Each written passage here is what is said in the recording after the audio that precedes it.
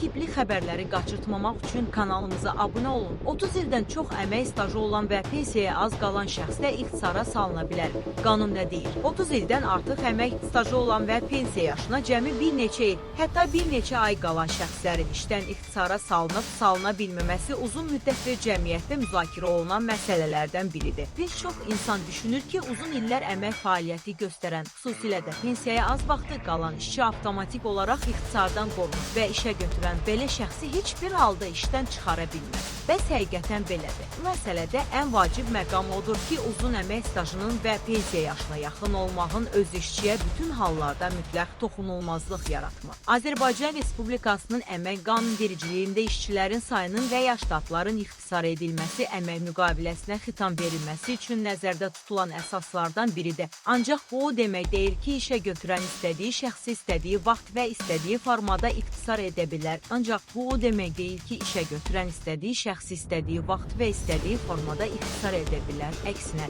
ixtisar prosesi qanunvericiliyin müəyyən etdiyi ciddi qaydalara uyğun aparılmalıdır. Məsələn, təsəvvür edək ki, bir vətəndaşın 36 il əmək stajı var və onun pensiya yaşına 1 il 8 ay qalıb. Belə bir vəziyyətdə həmin şəxsin uzun müddətli əmək stajı və pensiyaya yaxın olması əlbəttə ki, mühüm sosial məsələdir. Amma təkcə bu iki fakt işə götürənin qanuni ixtisar aparmasını avtomatik olaraq qadağan edir. Əsas sual başqa yerdədir. İxtisar həqiqətən mövcuddurmu? Ştat vahidi real olaraq ləğv edilirmi? Müəssisədə struktur dəyişiklikləri aparılırmı? İşə götürən qanunla tələb olunan prosedurlara əməl edirmi? Və ən əsası, eyni vəzifədə çalışan işçilər arasında seçim edilərkən qanunvericiliyin müəyyən etdiyi üstünlük meyarları nəzərə alınırmı? Məhz bu məsələlər ixtisarın qanuni olub-olmamasının qiymətləndirilməsində böyük əhəmiyyət daşıyır. Azərbaycan Respublikasının əmək məcəlləsinə əsasən işçilərin sayı və ya ştatları ixtisar edildikdə işə götürən əmək müqaviləsinə xitam verməzdən əvvəl işçini əmək stajından asılı olaraq müəyyən müddətdə rəsmi şəkildə xəbərdar etməlidir. Əgər həmin işə götürənlə bağlanmış əmək müqaviləsinə uyğun olaraq işçinin əmək stajı 10 ildən çoxdursa, xəbərdarlıq müddəti azı 9 təqvim həftəsidir.